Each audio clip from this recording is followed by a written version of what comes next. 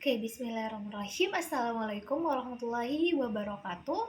Jadi perkenalkan, nama saya Riana, saya dari Fakultas Psikologi Universitas Negeri Makassar, angkatan 2021. Saya dari kelas I dengan NIM 210701554. Nah, pada kesempatan kali ini saya akan membahas sedikit tentang salah satu gangguan mental, yaitu bipolar.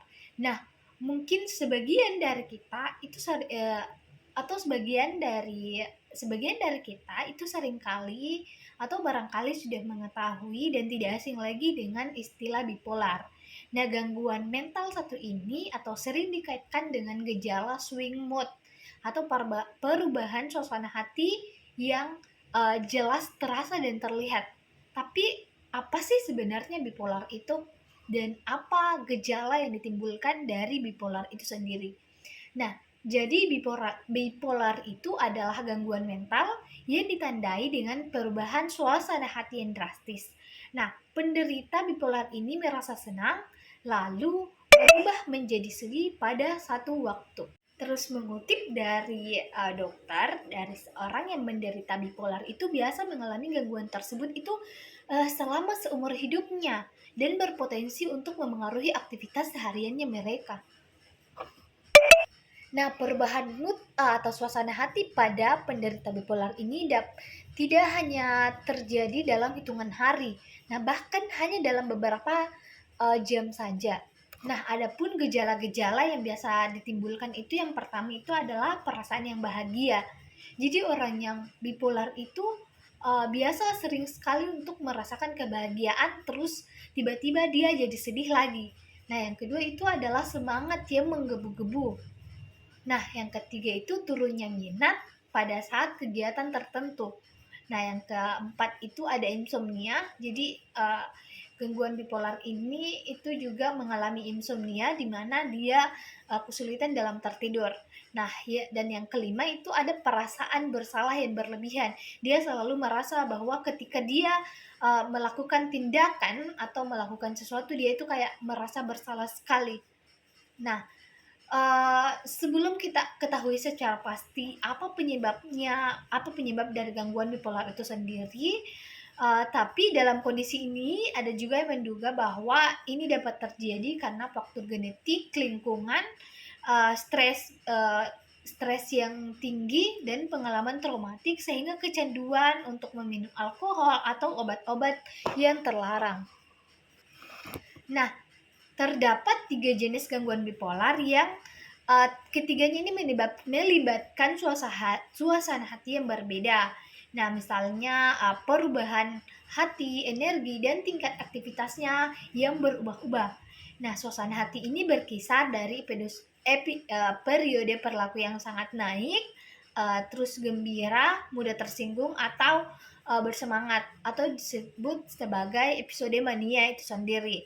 Nah, sehingga periode ini itu bisa diartikan sebagai periode yang sangat turun atau sedih, acuh tak acuh, atau putus asa. Nah, biasanya pada periode itu biasa disebut dengan periode depresi.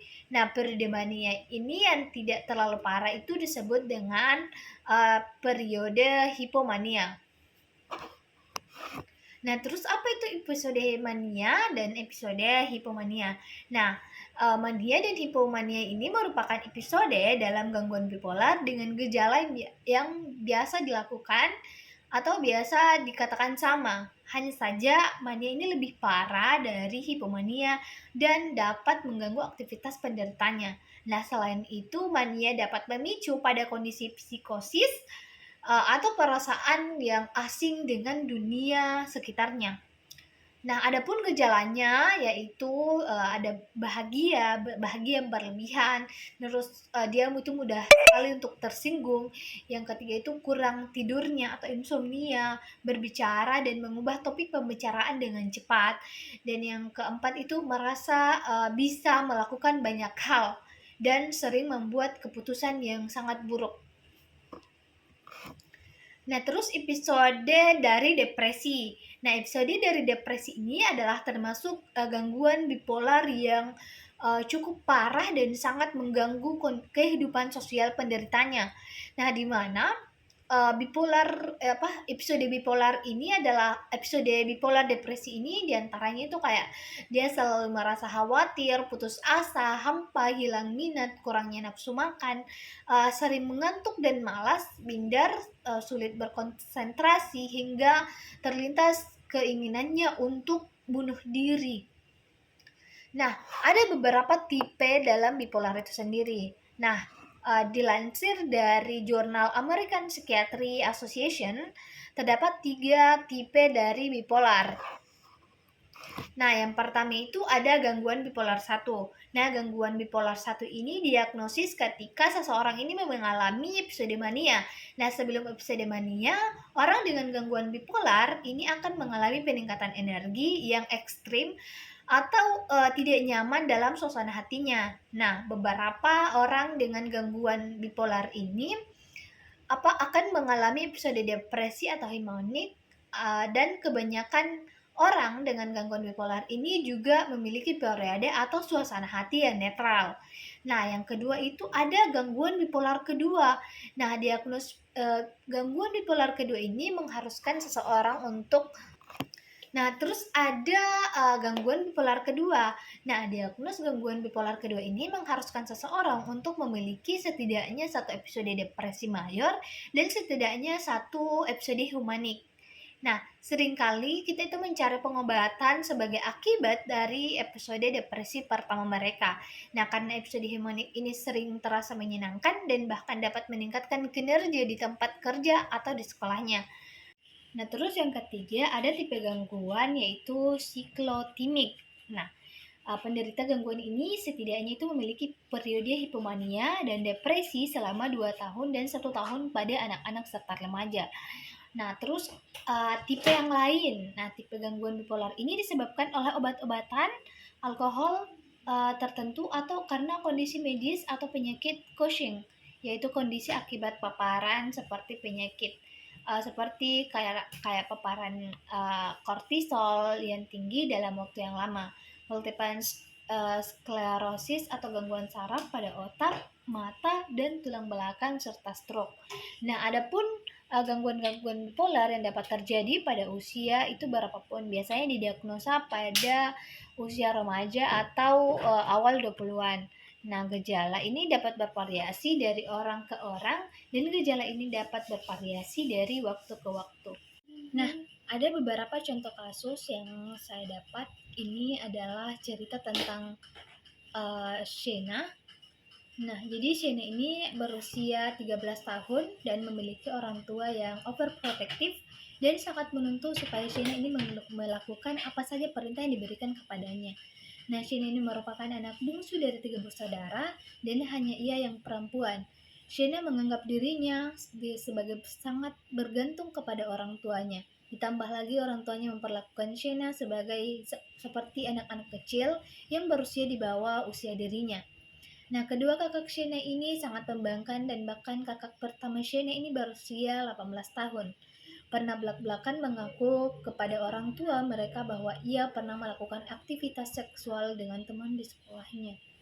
Nah, tentu saja orang tua menjadi sangat marah, apalagi orang tua sangat strict terhadap isu-isu seksual.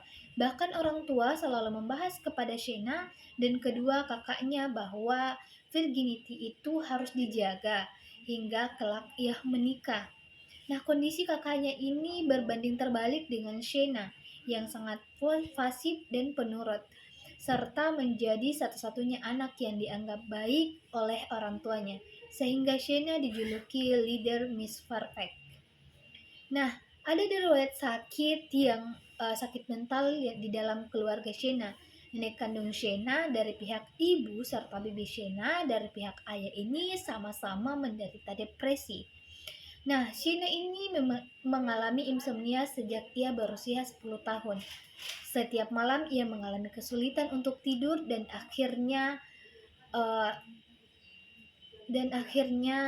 mengganggu kegiatan belajar di sekolahnya. Nilai Shena sampai mengalami penurunan yang cukup parah, sehingga orang tua memutuskan supaya Shena ini menjalani homeschooling, supaya Shena ini dapat mengatur waktu kapan saja untuk belajar. Namun, perilaku insomnia ini dialami Shena pasca pertengkaran hebat di dalam keluarganya itu. Nah, di mana kakak Shena yang pertama ini ternyata sampai menghamili temannya sendiri di sekolahnya. Nah, pada saat itu kondisi di rumah tangganya ini sangat panas. Ayah dan ibunya selalu bertengkar setiap ada kesempatan di pagi, siang, sore, malam, dan keadaan ini sangat membuat Shena merasa terpukul.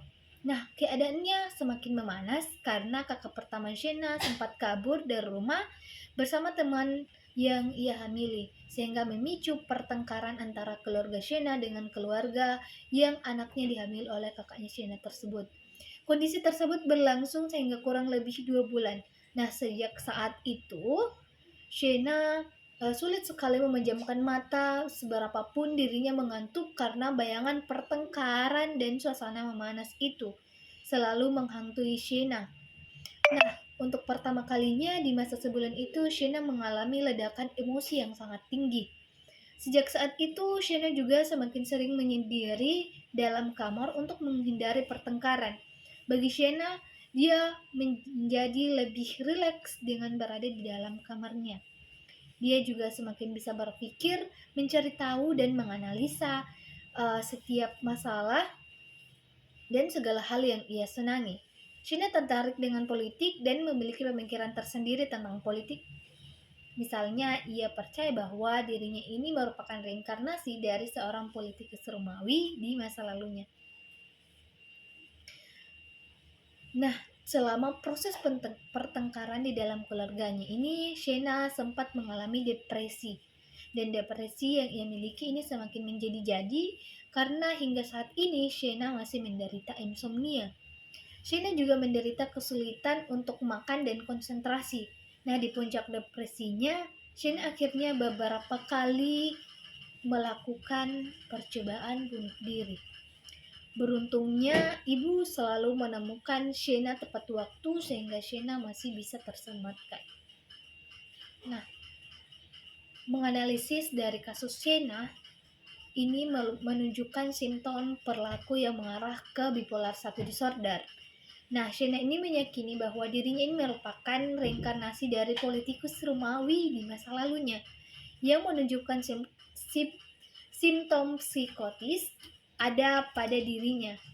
Nah, simptom psikis sendiri ini hanya muncul pada bipolar 1 disorder. Shena juga menunjukkan perilaku mania dengan cara menuliskan semua ide-ide yang ia miliki di dalam buku diary, komputer, bahkan paper note yang ditempel berantakan di kamarnya. Pada kasus Shena ini ditemukan bahwa ada riwayat genetis di dalam keluarga dekatnya yang memiliki gangguan depresi, yaitu nenek kandung Shena dari pihak ibu serta bibi Shena dari pihak ayah. Perlu ada pemeriksaan mendalam tentang kasus ini, apakah Shena terkait dengan riwayat genetis dalam keluarganya, tetapi kemungkinan itu tetap ada. Yang diderita Shena ini merupakan masalah yang perlu penanganan hingga seumur hidup karena tidak dapat dengan mudah ditentukan bahwa gejala mania dan depresi yang menderita Shena ini tidak akan lagi muncul di masa depan. Nah, cara terbaik untuk memberikan treatment kepada Shena adalah dengan memberikan pengobatan medis yang tepatnya menjalani psikoterapi. Nah, misalnya mengkombinasikan pemberian obat dan mood stabilizer. Nah, ditambah lagi dengan manajemen untuk membantu Shena dalam mengatasi mania dan depresi yang muncul pada dirinya sendiri. Nah, itu tadi mungkin itu tadi review jurnal atau review artikel yang tidak sempat dibawakan